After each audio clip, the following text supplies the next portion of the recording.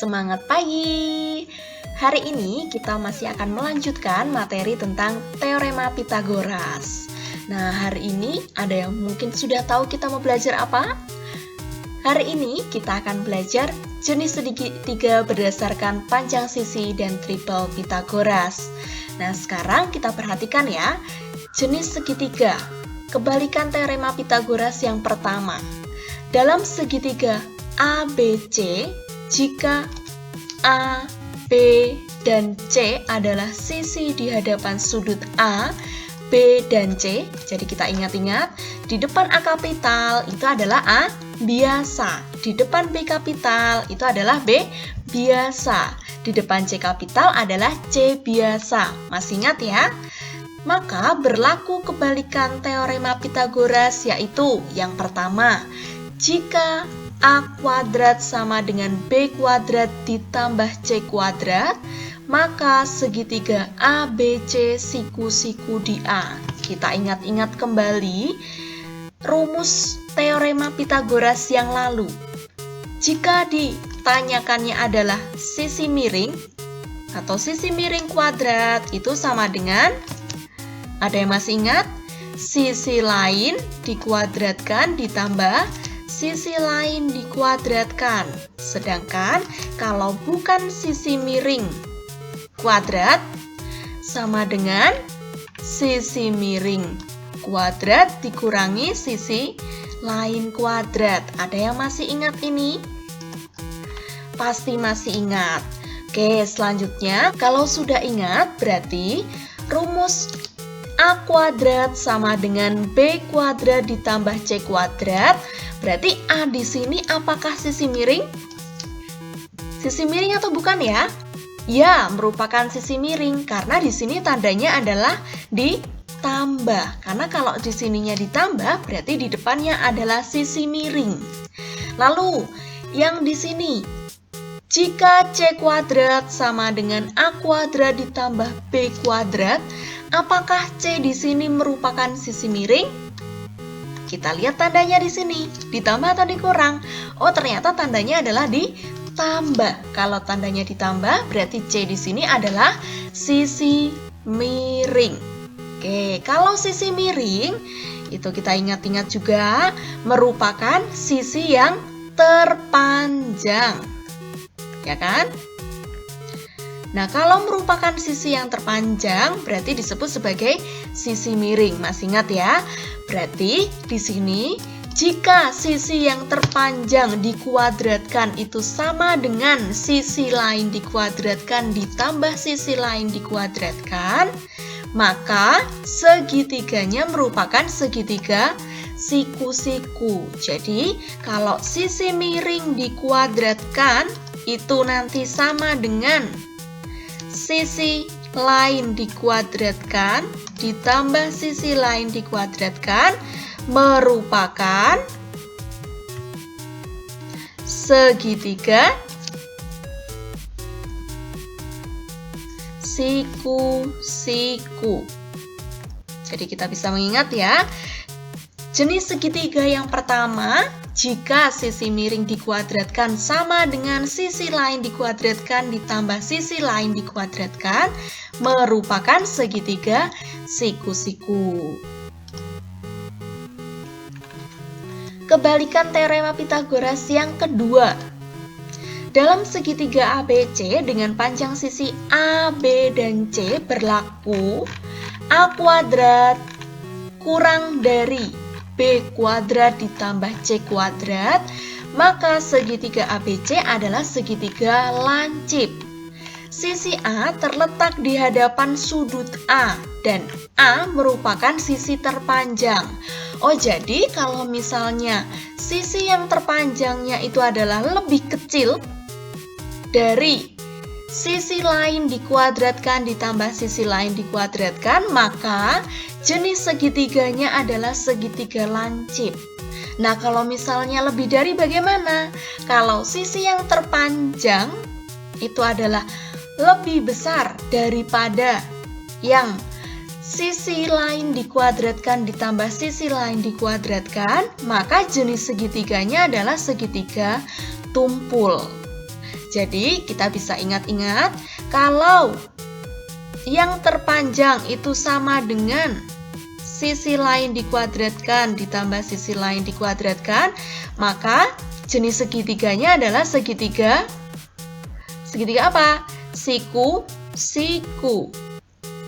Kalau misalnya yang terpanjang itu lebih kecil, berarti jenis segitiganya adalah segitiga lancip. Kalau yang sisi terpanjang itu adalah lebih besar dari sisi lainnya dikuadratkan ditambah sisi lain dikuadratkan, maka jenis segitiganya adalah tumpul. Bisa mengingat-ingat ya. Yang terakhir adalah triple Pythagoras.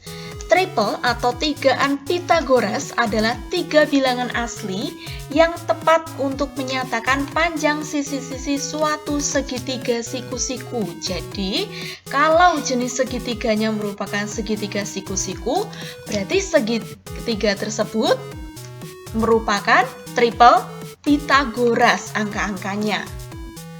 Kalau dari hasilnya, oh ternyata lebih kecil atau lebih besar, berarti bilangannya atau 3 bilangan aslinya itu bukan merupakan triple Pythagoras.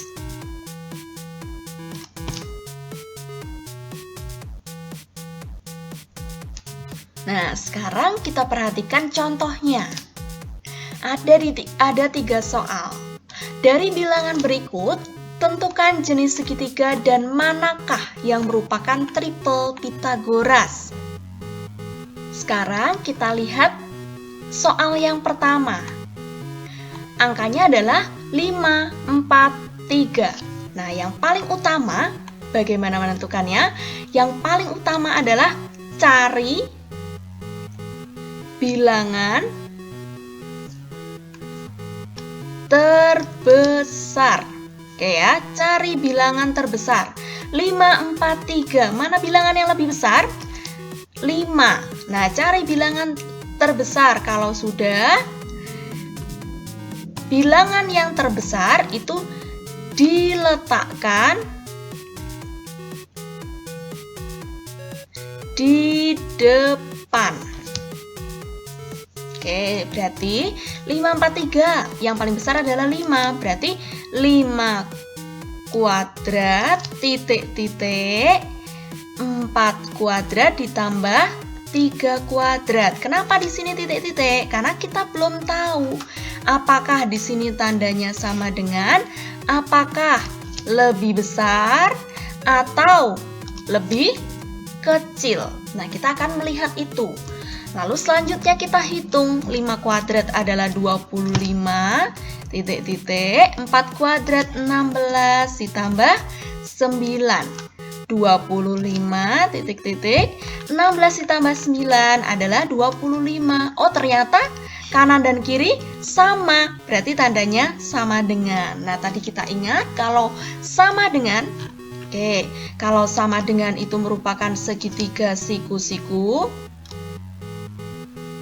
Lalu kalau lebih kecil itu adalah lancip, kalau lebih besar adalah tumpul. Berarti kalau sama dengan itu merupakan segitiga siku-siku. Jadi 5, 4, 3 merupakan segitiga siku-siku. Lalu kita ingat, tadi kalau yang triple Pythagoras itu yang jenisnya apa? Yang jenisnya siku-siku. Berarti kalau jenisnya siku-siku berarti merupakan triple Pythagoras. Jadi kan segitiga siku-siku dan triple Pythagoras. Oke, sampai sini mengerti? Sangat mudah ya. Nah, sekarang kita lihat contoh yang kedua. 8, 12, dan 10. Tadi langkah pertama adalah Cari bilangan yang paling besar, kita letakkan di depan. Berarti bilangan terbesarnya berapa ya? Bilangan terbesarnya adalah 12. Berarti kita tuliskan 12 kuadrat, titik-titik, 8 kuadrat ditambah 10 kuadrat. Lalu 12 kuadrat itu adalah 144. 8 kuadrat itu adalah 64 ditambah 100. Lalu 144 titik-titik 64 ditambah 100, 164. Kira-kira lebih besar yang depan atau yang belakang ya? Lebih besar yang belakang. Berarti yang depan itu lebih kecil. Tandanya adalah kecil. Berarti 144 lebih kecil dari 164. Nah, kalau lebih kecil berarti jenis segitiganya apa? Masih ingat? Kalau lebih kecil berarti jenis segitiganya adalah segitiga lancip. Oke, jadi